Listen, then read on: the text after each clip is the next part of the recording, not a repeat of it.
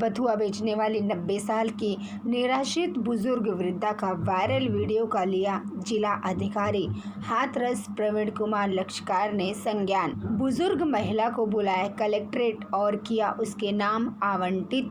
वृद्धावस्था पेंशन के लिए भी संस्कृति राष्ट्र स्वाभिमान दल के संयोजक हिंदूवादी दीपक शर्मा ने दीपावली के ऊपर किया था बुजुर्ग वृद्धा शांति देवी का बथुआ बेचते हुए वीडियो वायरल। आवास मिलने के बाद वृद्धा दे रही है सभी को बहुत बहुत धन्यवाद। आपको बता दें कि हाथरस गेट क्षेत्र के गांव कचपुरा की रहने वाली विधवा 90 वर्षीय शांति देवी के पति बनवारी लाल की 40 वर्ष पूर्व मृत्यु हो चुकी थी। शांति देवी के पास 2 बेटियां थी, वह भी बथुआ बेचती थी। शांति देवी के पास कोई आवास नहीं था, केवल एक त्रिपाल में रहकर गुजर बसर कर रही थी। जब 90 वर्ष की उम्र में भी उन्हें बथुआ बेचते हुए राष्ट्र स्वाभिमान दल के संयोजक दीपक शर्मा ने देखा तो उनका एक वीडियो वायरल कर दिया।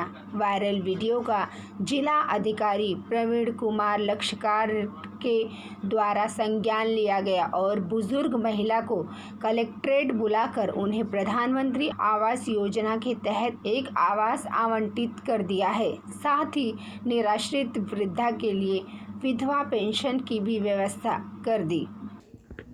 मैं सुबह सुबह बाहर निकला और काफ़ी समय से मैं देख रहा था कि अम्मा इधर से बथुआ बेचते हुए निकलती थी।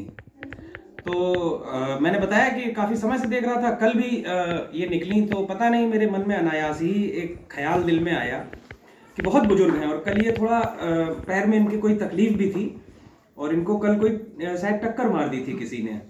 तो मैंने इनको बुला लिया। मैंने कहा अम्मा क्या दिक्कत हो गई। अम्मा ने बताया ये दिक्कत हो गई। मेरे मन से ऐसे ही पूछने के लिए मेरे दिमाग में आया कि अम्मा आपकी उम्र कितनी है। अम्मा ने बताया 90 वर्ष मेरी उम्र है। मैंने कहा बेटे कितने? बोले बेटे नहीं है। मैंने कहा आपके पति हैं? बोले पति भी नहीं है।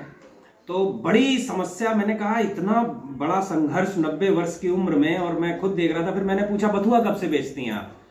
तो बोली 40 सालों से बथुआ बेच रही हूँ। तो बहुत दिनों से मैं ये सब कार्य तो कर ही रहा था। मैंने सोचा क्यों ना अम्मा के लिए कुछ किया जाए। जब मोदी जी ने और योगी जी ने जब इतने सहायता के मार्ग खोल रखे हैं और साथ के साथ जो उनके सहायक हैं, जैसे कि मैं नाम भी ले दूं, चाहे वो सलम त्रिपाठी जी हों या अन्य दूसरे जो उनके सहायक हैं, वो बहुत छोटी छोटी चीज़ों पे, मैं आपको बताऊं काफ़ी दिनों से मैं इस बात को देख रहा हूं कि इंटरनेट पर सोशल मीडिया के जो प्लेटफॉर्म्स हैं उस पर छोटी छोटी चीज़ों पर बड़े अच्छे से मदद करते हैं। और इसके साथ साथ जिस तरीके से खुले हाथ कर रखे हैं, चाहे वो जिले के डीएम हो, एसडीएम हो या अन्य पदाधिकारियों के, कि गरीब की मदद करते रहो, तो क्यों ना मैंने कहा सरकार की योजनाओं का, योगी जी की योजनाओं का, मोदी जी की योजनाओं का लाभ अम्मा को दिलवा दिया जाए। और मैंने वीडियो डाली, लोगों के सामने रखा। वीडियो डाली। मैं आपको ये बताना चाहता हूं कि मैंने ना तो उसमें वीडियो में कहीं पे भी मुख्यमंत्री जी को मेंशन किया, ना कहीं डीएम साहब को मेंशन किया। जो सबसे बड़ी बात रही कि प्रदेश के मुख्यमंत्री के सूचना सचिव ने स्वतः संज्ञान लिया। एक होता है कि हम मदद मांगे उनसे, लेकिन एक इतने ऊंचे पद पर बैठे हुए व्यक्ति ने स्वतः संज्ञान लेते हुए डीएम साहब को उस पर मेंशन किया। डीएम साहब ने बिल्कुल त्वरित, जिसको कहते हैं, कार्रवाई करते हुए सिर्फ कुछ ही घंटों में अम्मा को मकान आवंटित करा करके मकान की चाबी दे दी। इसके साथ साथ डीएम साहब ने तुरंत वहां पर पेंशन अधिकारी जो हैं जिले के, उनको बुलवाया, अम्मा की पेंशन बनवाई।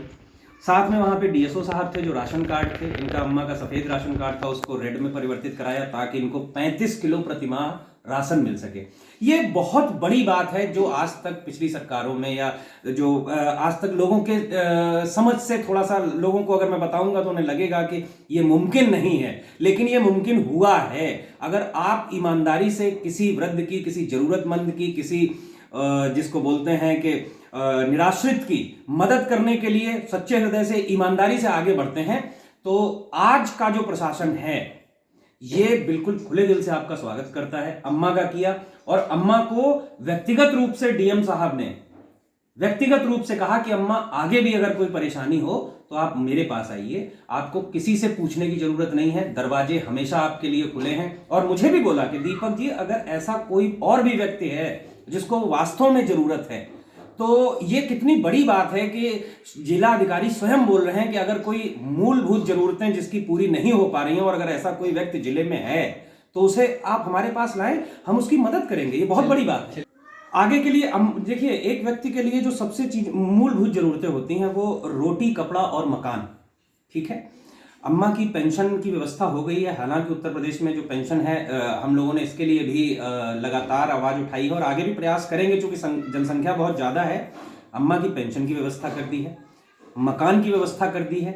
चूंकि अम्मा के पास कोई पुत्र नहीं है, ठीक है, हालांकि हम सभी अम्मा के पुत्र हैं, लेकिन अम्मा का कहना है कि मैं जब तक कुछ करती रहूंगी तब तक मैं जीती रहूंगी, बढ़ती रहूंगी, चलती रहूंगी।